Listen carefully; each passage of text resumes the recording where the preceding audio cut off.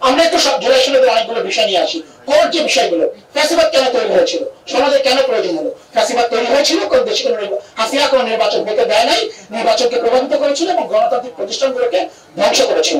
আমরা যখন 31 দফা একসাথে বিএনপির সাথে করেছিলাম, সুস্পষ্টভাবে কিন্তু আমরা বলেছিলাম প্রধানমন্ত্রী মেয়াদ সর্বোচ্চ এখানে মেয়াদ দিয়ে আমরা কথা বলেছিলাম। ঐক্যমত কমিশন আমরা বলেছি 10 বছর কিন্তু প্রধানমন্ত্রী হতে পারবে না। আমরা তত্ত্বাবধায়ক সরকারের কথা বলেছি, আমরা সংবিধানের 70 অনুচ্ছেদে সংশোধনের কথা বলেছিলাম।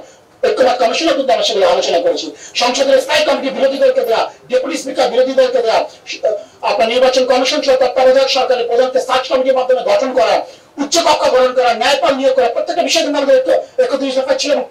ঐক্যমত কমিশনে যে বিষয়গুলো আলোচনা হয়েছিল এটা কিন্তু অনেকাংশেই 31 দফার সাথে মিল ছিল, যার ভিত্তিতে আমরা এক দফা আন্দোলন করেছিলাম। তারপরে কেন আমাদের শুনতে হয়, অনেকের কাছ থেকে শুনতে হয়, আমাদের রাজপথের সহযোগীদের কাছ থেকে, যে আসলে আমরা জুলাই সনদে বাস্তবায়ন হতে দিই না। এইটা আমার মনে হয় ঠিক হাসিনার বয়ানের মতো হচ্ছে, যে হাসিনা যখনই বিপদে পড়তো, স্বজন হারানো বেদনার কথা বলতো, উন্নয়নে গণতন্ত্রের কথা বলতো।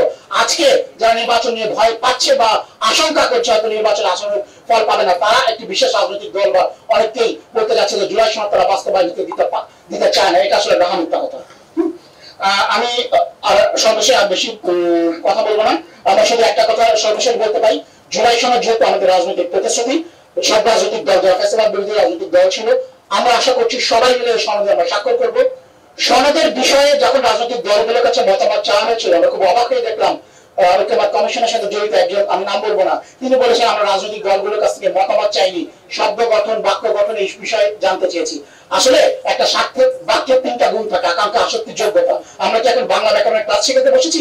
রাজনৈতিক দলগুলো এভাবে কোন ব্যাকরণের ক্লাস নেওয়ার জন্য জন্ম হয়নি, তারা তাদের সুচিন্তিত মতামত দিয়ে থাকে। এবং আমরা যে লিখিত মতামত জমা দিয়েছি ঐক্যমত কমিশনে, সেখানে আমরা আমাদের মতামতগুলো ব্যাখ্যা করেছি, কোন প্রেক্ষাপটগুলোকে তারা ভুলভাবে উপস্থাপন করেছে, গ্রোথ অফ ডিসেন্টের কোন বিষয়গুলোকে তারা সঠিকভাবে উপস্থাপন করতে পারে নাই, এবং অঙ্গীকার আমার কোন বিষয়গুলোতে অসঙ্গতি রয়েছে সেগুলো আমরা তুলে ধরেছি। আশা করব ঐক্যমত কমিশন আমাদের সকলের মতামতকে বিবেচনায় নিয়ে একটি সংশোধিত খসড়া উপস্থাপন করবেন, প্রয়োজনে আবার আমাদেরকে ডাকবেন। সকলে মিলে আমরা জুলাই সনদকে স্বাক্ষর করে আগামী নতুন বাংলাদেশের রূপরেখা তৈরি করবো।